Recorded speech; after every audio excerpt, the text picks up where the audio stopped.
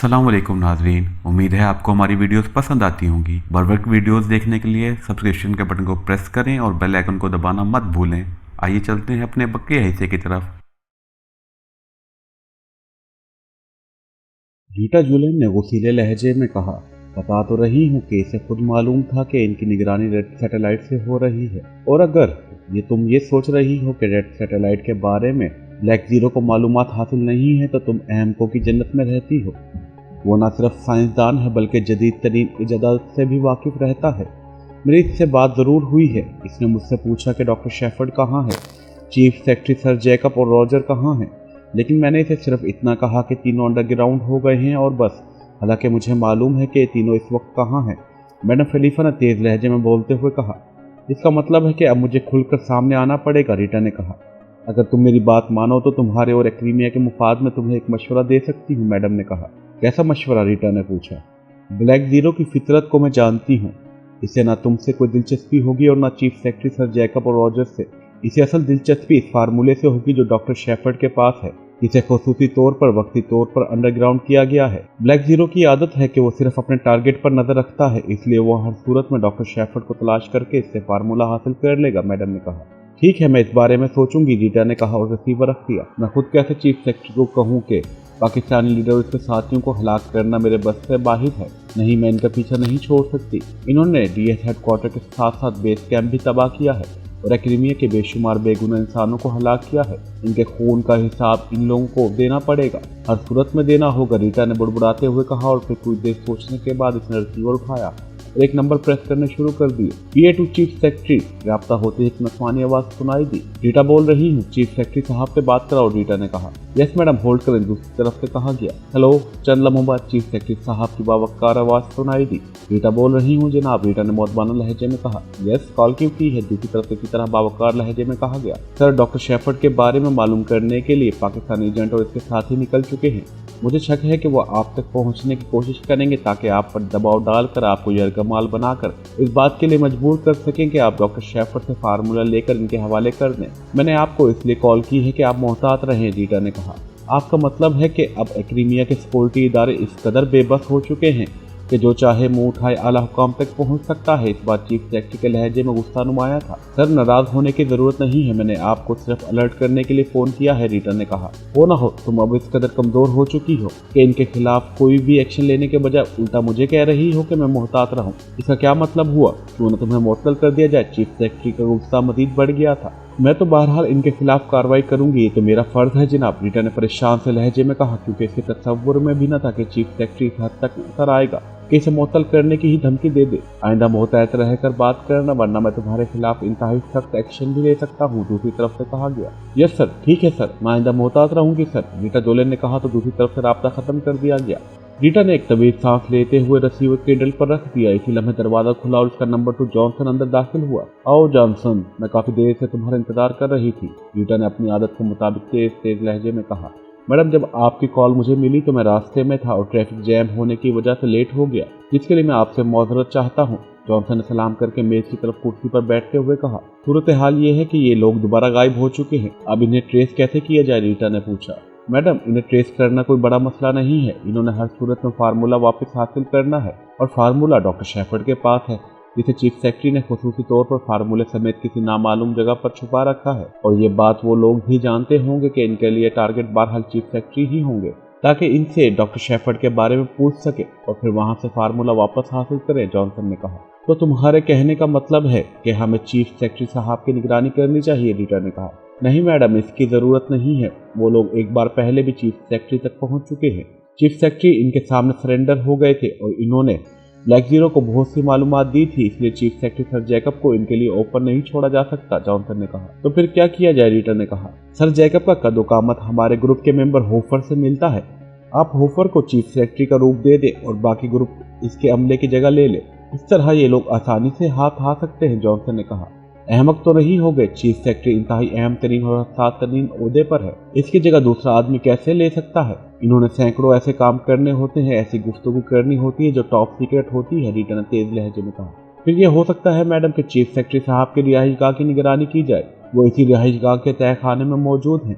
पाकिस्तानी एजेंटों को मालूम हो ही जाएगा और मुझे यकीन है कि वो लोग इस रिहाइशगाह पर ही रेड करेंगे, जॉनसन ने कहा। हाँ, तुम्हारी ये बात दुरुस्त है, लेकिन हमने ये घेराव इस अंदाज में करना है कि टॉप रैंक ऑफिसर्स कॉलोनी के सिक्योरिटी अफसरों को इसका इल्म न हो सके, वरना वो लोग लाजमन इनसे मालूम कर लेंगे और फिर हो सकता है कि चंद रोज खामोश बैठे रहने के बाद, जबकि मैं इस मिशन को पूरी तौर पर मुकम्मल करना चाहती हूँ, इसका एक ही हल है मैडम कि हम चीफ सेक्रेटरी साहब को एतमाद में लेके इनकी रिहाइशगाह में मौजूद इनके मुलाजमीन को हटाकर खुद इनकी जगह ले लें। इस तरह मालूमात को ज़्यादा बेहतर अंदाज में हैंडल किया जा सकता है और हम इन्हें आसानी से ट्रैप कर सकते हैं, जॉनसन ने कहा। हाँ, तुम्हारी बात दुरुस्त है, मैं बात करती हूँ चीफ सेक्रेटरी साहब से, रीटा ने कहा तो जॉनसन ने इस बात में सर हिला दिया। रीटा ने फोन का रिसीवर उठाया और फिर से चीफ सेक्रेटरी सर जैकब के नंबर प्रेस करने शुरू कर दिए। इसे चीफ सेक्रेटरी से इस सारे मामले पर बात की और इन्हें समझाना शुरू कर दिया। शुरू में चीफ सेक्रेटरी सर जैकब ने इसकी बात मानने से इनकार किया, लेकिन जब रीटा ने इसे मुल्क के मफादात और इसकी यकीनी सेफ्टी के लिए जरूरी करार दिया तो वो मान गए और रीटा ने इनका शुक्रिया अदा करके रिसीवर रख दिया।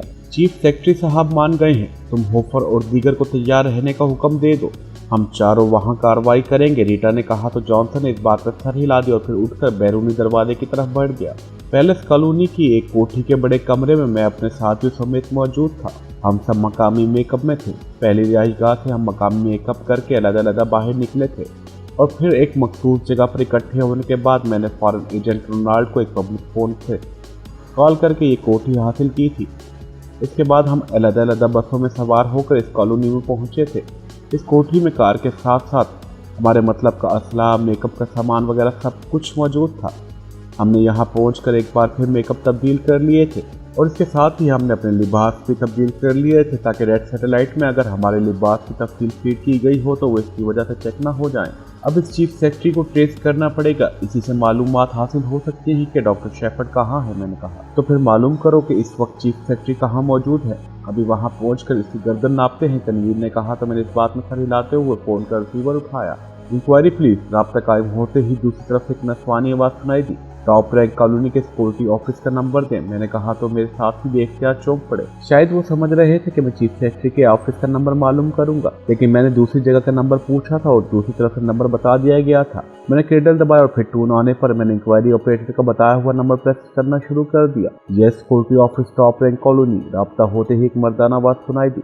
इंचार्ज से बात कराओ, मैं प्रेसिडेंट सर्कल से चीफ सिक्योरिटी ऑफिसर प्रिंस्टन बोल रहा हूँ, मैंने एक क्रीमी लहजे में कहा। यस सर, मैं इंचार्ज कैप्टन हेगर्ड बोल रहा हूँ, इसी आदमी ने जवाब देते हुए कहा। अलबत्ता मेरे तारुफ के बाद इसका लहजा मौतबाना हो गया था। कैप्टन हेगर्ड, चीफ सेक्रेटरी साहब अपनी रिहाइशगाह छोड़कर कहाँ शिफ्ट हुए हैं, मैंने पूछा। वो अभी शिफ्ट नहीं हुए हैं जनाब, वो अभी अपनी रिहाइशगाह में ही है, कैप्टन हेगर्ड ने कहा तो मेरे लबों पर मुस्कुराहट आ गई। तो क्या इन्होंने अपनी रिहाइशगाह की हिफाजत के लिए आपको कोई खसूसी अहकाम दिए हैं, मैंने कहा। नो सर, अलबत्ता इन्होंने इतना कहा है कि आज क्लब से इनके साथ इनके मेहमान आ रहे हैं, इन्हें सिक्योरिटी पर चेक न किया जाए इसलिए वो पेज की इतला दे रहे हैं, कैप्टन हेगर्ड ने कहा। ठीक है, इनका शेड्यूल क्या है, मैंने पूछा। जी, वो आमतौर पर क्लब से रात को 11 साढ़े 11 बजे वापस आते हैं, कैप्टन ने जवाब देते हुए कहा। ओके, बस यही मालूम करना था कि इन्होंने मेहमानों के बारे में क्या हिदायत दी है, मैंने कहा तो दूसरी तरफ से मुझे तफसील बता दी गई। ओके, थैंक यू, मैंने कहा और रिसीवर रख दिया। ये मेहमान कौन हो सकते हैं, जूलिया ने कहा। कोई भी हो सकते हैं, लेकिन इससे ये मालूम होता है कि अभी तक चीफ सेक्रेटरी की हिफाजत के लिए कोई खसूसी इंतजाम नहीं किए गए हैं, मैंने कहा। साहब, मेरा ख्याल है कि जिन्हें मेहमान कहा जा रहा है वही इनकी हिफाजत के लिए आ रहे हैं, सफदर ने कहा तो मेरे बेख्तियार चौंक पड़ा। तुम्हारे जहन में ये ख्याल कैसे आ गया, मैंने पूछा। साहब, ये बताया गया है कि क्लब से मेहमान साथ आएंगे और इन्हें सिक्योरिटी पर चेक भी न किया जाए, जबकि ये चीफ सेक्रेटरी साहब के जाती मेहमान होते तो क्लब से साथ ना आते, और अगर ये सरकारी मेहमान होते हैं तो कानून के मुताबिक सिक्योरिटी ऑफिस में इनका इंतराज किया जाता है, सफदर ने कहा। वेरी गुड, ये वाकई काबिल गौर बात है, मैंने कहा। अगर हम क्लब में इन्हें घेर लें तब, सौलिया ने कहा। क्लब में तो मुश्किल हो जाएगी, अलबत्ता रास्ते में इसे घेरा जा सकता है, मैंने कहा। हाँ, ये ठीक है, रास्ते में कहीं भी इसे रोका जा सकता है, तनवीर ने भी तायद करते हुए कहा। लेकिन साहब, अगर ये मेहमान वाकई इसकी हिफाजत के लिए साथ है तो फिर ये लाजमी बात है वो तजर्बेकार लोग होंगे, इस सूरत में इन्हें कैसे रोका जाएगा, सफदर ने कहा। क्यों नहीं रोका जा सकता, वो इंसान ही होंगे, कोई फौलादी रिपोर्ट तो नहीं होंगे, तनवीर ने कहा। सफदर, अलबत्ता अलमारी से नक्शा निकालो, इस क्लब और टॉप रैंक कॉलोनी के दरमियानी रास्ते को तो चेक करें कि क्या यहाँ कोई ऐसा स्पॉट भी है जहाँ इन्हें रोका जा सकता हो, मैंने कहा। सफदर उठा और इसे अलमारी खोलकर इसमें से क्रीमिया के दारुल हुकूमत का एक तफसीली नक्शा निकाल कर मेरे सामने मेज पर फैला दिया। मैं इस नक्शे पर झुक गया। मैंने बॉल पॉइंट की मदद से इस पर निशानात लगाने शुरू कर दिए। नहीं, ये सब आबाद इलाके हैं, यहाँ कोई ऐसा स्पॉट नहीं है जहाँ ये कार्रवाई की जा सके। अगर आबाद जगह पर कोई कार्रवाई की गई तो पुलिस फौरन वहाँ पहुँच जाएगी, मैंने गौर से नक्शे को देखते हुए कहा। लेकिन अगर हम ही ने कोठी में कवर करना चाहें तो हमारे अंदर जाना मसला बन जाएगा, सफदर ने कहा। वो कोई मसला नहीं है, अगली तरफ एक और रास्ता मौजूद है जहाँ से कॉलोनी के मुलाजिम आते जाते रहते हैं। तुम जानते हो मैं पहले भी एक बार वहाँ से अंदर जा चुका हूँ, मैंने जवाब देते हुए कहा। तो फिर ठीक है, कोठी में गैस फायर करके हम अंदर दाखिल हो जाएंगे और फिर इत्मीनान से इनसे पूछ-पूछ की जाएगी, जूलियन ने कहा। ओके ठीक है, अब और कोई सूरत भी नहीं है, मैंने कहा। साहब मेरा ख्याल है हमें 2 ग्रुपों की सूरत में काम करना चाहिए। एक ग्रुप पहले से कोठी के अंदर पहुंचकर इस पर कब्जा करेगा, जबकि दूसरा ग्रुप क्लब में कोशिश करेगा, कैप्टन शकील ने कहा। इसका कोई फायदा नहीं होगा, क्लब में काम नहीं हो सकता क्योंकि यह हाई रैंक ऑफिसर्स क्लब है, इसमें अजनबी आदमी का दाखिला भी नामुमकिन होगा। अलबत्ता यह आइडिया अच्छा है कि हम पहले से ही कोठी पर कब्जा कर लें ताकि अगर चीफ सेक्रेटरी के साथ बाकी कोई मुहाफिज हैं तो इन्हें आसानी से कवर किया जा सके, मैंने कहा। लेकिन इस सूरत में वहाँ गैस तो फायर नहीं की जा सकेगी, जूलियन ने कहा। महदूद पैमाने पर काम हो सकता है, मैंने कहा और उठ खड़ा हुआ। अरे आप लेटे रहें, अभी आपकी हालत ऐसी नहीं है कि आप ये सब कुछ कर सकें। ये काम मिस जूलिया और कैप्टन शकील कर लेंगे, सफदर ने कहा। नहीं, हमारी हालत इतनी भी खराब नहीं है, मैं साले और तनवीर भी तुम्हारे साथ जाएंगे। चलो उठो, मैंने कहा और इसके साथ ही मैं उठ खड़ा हुआ तो सफदर जूलिया तभी सांस लेकर रह गए। बाकी साथी भी उठ खड़े हुए और फिर थोड़ी देर बाद हमारी कार पैलेस कॉलोनी से निकलकर टॉप रैंक कॉलोनी की तरफ जाने वाली सड़क पर तेजी से आगे बढ़ती चली जा रही थी। 1 घंटे बाद हम सब चीफ सेक्रेटरी की रिहाइशगाह के एक्टिव में मौजूद थे। मैं इन्हें चेक पोस्ट से बचाकर इसी रास्ते पर यहाँ लाया था जहाँ से मैं पहले भी आया था। चलो अब अंदर गैस फायर करो जल्दी, मैंने कहा तो सफदर, कैप्टन और जूलिया ने गैस पिस्टल निकाले, फिर इन्होंने इमारत के अंदर फायर शुरू कर दिए। गैस के असरात बाहर तक आ रहे थे। हम लोगों ने सांस रोक ली और फिर थोड़ी देर बाद मैंने सांस बहाल किया तो इस वक्त तक गैस के असरात दाखिल हो चुके थे। अगली तरफ भी एक दरवाजा था जिसे मैंने पिछली बार खुला छोड़ दिया था। चीफ सेक्रेटरी को इस बात का शायद इल्म न हुआ था कि मैं पहले किस रास्ते से अंदर आया था, इसलिए किसी ने दरवाजा अभी तक बंद न किया था। इस बार भी मुझे अंदर दाखिल होने के लिए कोई मुश्किल पेश न आई।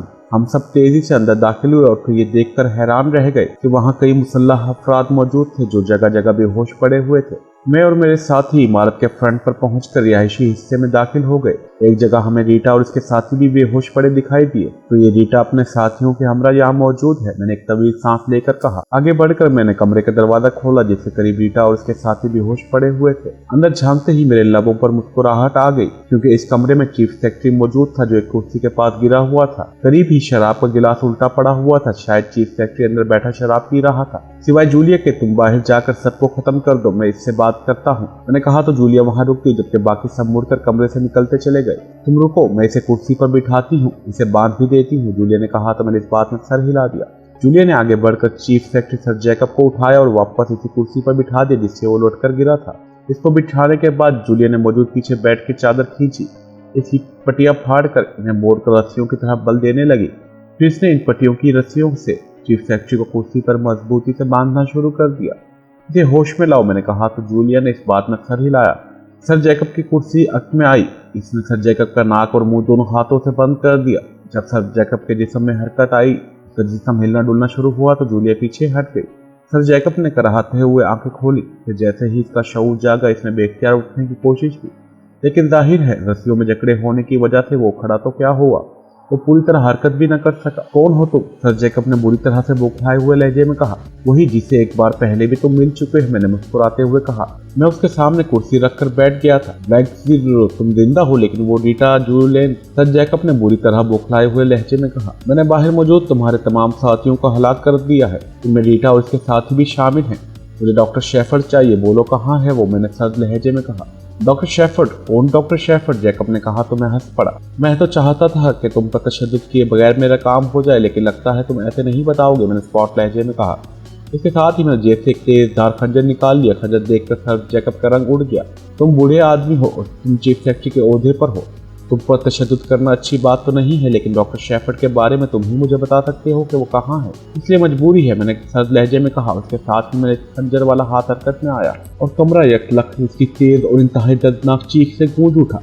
मैंने खंजर मारकर उसकी आधी से ज्यादा नाक उड़ा दी थी। बताता हूँ, रुक जाओ, फॉर गॉड सेक रुक जाओ, यकलख जैकब ने हालांकि बदहदियानी अंदाज में चीखते हुए कहा। बोलते जाओ, मैंने कहा, लेकिन मेरा हाथ ना रुका। इस बार मैंने इसके दोनों कान उड़ा दिए। सर जैकब ने चीख कर कमरे की छत उड़ानी शुरू कर दी। बीआर फार्मूला मेरे पास है, रुक जाओ मैं बताता हूँ, रुक जाओ, चीफ सेक्रेटरी ने बुरी तरह से चीखते हुए कहा। चीफ सेक्रेटरी की बात सुनकर मेरे साथ जूलिया भी चौंक पड़ी। तुम्हारे पास क्या मतलब, मैंने चौंक कर कहा। तुम्हारे खौफ से मैंने डॉक्टर शेफर्ड को लेबोरेटरी जाने और फार्मूला अपने पास रखने से रोक दिया था। वो इसे लेकर यहाँ आ गया था। मैंने डॉक्टर शेफर्ड को यहाँ अपनी कोठी के एक तहखाने में ही छुपाया हुआ है और इससे फार्मूला लेकर अपने पास महफूज कर लिया था। तकलीफ की वजह से इसका चेहरा बुरी तरह से मस्क हो चुका था। कहाँ है फार्मूला, बताओ, मैंने सर्द लहजे में कहा। मुझे छोड़ दो, मैं तुम्हें फार्मूला लाकर दे दूंगा, छोड़ दो मुझे, सर जैकब ने चीखते हुए कहा। तुम सिर्फ वो जगह बताओ जहां तुमने फार्मूला रखा है, मैं खुद इससे हासिल कर लूंगा। नहीं, मैं नहीं बता सकता, वो इंतहाई खुफिया जगह है, तुम मुझे छोड़ दो, मैं तुमसे वादा करता हूँ कि मैं फार्मूले की मास्टर माइक्रोफिल्म तुम्हें ला दूंगा, सर जैकब ने कहा। तुम शायद किसी गलतफहमी में हो मिस्टर जैकब, बहरहाल तुम्हारी मर्जी, मैंने गुर्राते हुए कहा और इसके साथ ही मेरा हाथ घूमा तो सर जैकब के हलक से इस कदर कर्बनाक चीख निकली कि कमरा इसकी चीख से लरज उठा। मैंने खंजर की नोक इसकी बाएं आंख में उतार दी थी। सर जैकब चीख मारकर बेहोश हो चुका था। मैंने हाथ में खंजर पकड़ा और दूसरे हाथ में पूरी कुव्वत से इसके मुंह पर थप्पड़ दे मारा। तीसरे या चौथे थप्पड़ पर सर जैकब होश में आ गया। होश में आते ही इसने एक बार फिर चीखना शुरू कर दिया। इसके मुंह से निकलने वाली चीख बेहद कर्बनाक थी। बोलो वरना इस दूसरी आंख भी निकाल दूंगा, मैंने गुर्राते हुए कहा। मुझ पर रहम करो प्लीज, मुझसे मुआहिदा कर लो, मैं तुम्हें फार्मूला ला देता हूँ, मुझे जिंदा छोड़ दो, सर जैकब ने कराहते हुए कहा। कोई मुआहिदा नहीं होगा, बोलो कहाँ है फार्मूला, बोलो वरना, मैंने इंतहाई सर्द और गुस्सीले लहजे में कहा। वो सामने दीवार के पीछे सेफ में है, खुफिया सेफ में, सर जैकब ने चीखते हुए कहा। तो मैंने पलटकर दीवार की तरफ देखा जिस तरफ सर जैकब देख रहा था। दीवार पर एक बड़ी सी पोर्ट्रेट लगी हुई थी। चेक करो, मैंने जूलिया से कहा तो जूलिया ने इस बात में सर हिलाया और पोर्ट्रेट की तरफ बढ़ी। इसने पोर्ट्रेट दीवार से हटाकर एक तरफ रखी तो इसके पीछे एक सेफ दिखाई दिया। ये फुलादी सेफ था जिस पर नंबरिंग लॉक लगा हुआ था। सेफ के लॉक का कोड बताओ, मैंने कहा। सर जैकब खून ज्यादा बह जाने की वजह से इंतहाई नकाहतदा हो चुका था। मैंने यकलक उंगली का हुक बनाकर इसकी पेशानी पर उभरी हुई रग पर दे मारा। सर जैकब को एक जोरदार झटका लगा और दूसरे लम्हे कमरा एक बार फिर इसकी चीख से गूंज उठा। लॉक का कोड बताओ, मैंने कहा तो सर जैकब ने लाशऊरी तौर पर कोड बता दिया। जूलिया ने कोड लगाकर साइड का बटन प्रेस किया तो सेफ का दरवाजा खुलता चला गया। सेफ में फाइलें, करेंसी के साथ साथ बहुत कुछ रखा हुआ था। जूलिया ने सेफ की अच्छी तरह से तलाशी ली तो एक कोने में से एक माइक्रोफिल्म रखी दिखाई दी। इसने माइक्रोफिल्म उठाई, उसे गौर से देखती रही। फिर इसने वो माइक्रोफिल्म मेरी तरफ बढ़ा दी। देखो यही माइक्रोफिल्म है, जूलिया ने कहा तो मैंने इससे माइक्रोफिल्म ली। इसे गौर से देखने लगा। हाँ, ये मास्टर माइक्रोफिल्म है, इसका मतलब है कि इसी में बीआर मिसाइल का फार्मूला है। गुड, वेरी गुड, मैंने मुसर्रत भरे लहजे में कहा। मैंने माइक्रोफिल्म जेब में रखी और एक बार फिर सर जैकब की तरफ मुतवज्जा हुआ। मैंने सर जैकब से चंद सवाल किए कि इसने डॉक्टर शेफर्ड ने माइक्रोफिल्म का प्रिंट या कॉपी तो नहीं की हुई। सर जैकब ने मुझे बताया कि अभी ऐसा कुछ नहीं किया गया। सर जैकब चूंकि लाशऊरी कैफियत में था इसलिए मुझे यकीन था कि वो झूठ नहीं बोल रहा। इसी लम्हे मेरे बाकी तमाम साथी वहां पहुंच गए। रीटा जोलिन समेत हमने यहाँ मौजूद तमाम अफराद को हलाक कर दिया है, सर सफदर ने अंदर दाखिल होकर कहा। यहाँ भी मसला हल हो गया है। फार्मूले की माइक्रोफिल्म इस चीफ सेक्रेटरी के पास ही थी, जूलिया ने मुसर्रत भरे लहजे में कहा तो इन सबके चेहरों पर भी मुसर्रत के तासुरात नमूदार हो गए। इसका मतलब है कि हमारा मिशन मुकम्मल हो गया है, सफदर ने मुसर्रत भरे लहजे में कहा। हाँ, अल्लाह का लाख लाख शुक्र है, बीआर फार्मूला अभी मास्टर माइक्रोफिल्म में ही है, वो हमें मिल गया है। अब खेल खत्म और पैसा खत्म, मैंने मुस्कुराते हुए कहा। तो फिर हमें जल्द से जल्द यहाँ से निकल जाना चाहिए, सौलिया ने कहा। हाँ, अब हमें जल्द से जल्द एक्रीमिया से निकलना है ताकि मैं तुम्हारे चीफ से मिशन की कामयाबी का चेक वसूल कर सकूं। वैसे तुम्हारा चीफ है बेहद कंजूस, उसने यही कहना है, चेक नहीं है। छोटे से और आम से मिशन को मुकम्मल करने के एवज हुकूमत का खजाना खाली नहीं किया जा सकता, मैंने कहा। खजाना? क्या मतलब? आपके एक चेक से हुकूमत का खजाना कैसे खाली हो सकता है? कैप्टन शकील ने हैरत भरे लहजे में कहा। मैंने चीफ से सिर्फ ये दरख्वास्त करनी है कि वो मुआवजे में दिए जाने वाले चेक में एक के आगे 2-4 सिफर बढ़ा दे, बाकी जितनी जरूरत हुई मैं खुद डाल लूंगा। अब सिफरों की तो कोई कीमत नहीं होती ना, मैंने मुंह बनाकर कहा तो सब बेख्तियार खिलखिलाकर हंस पड़े।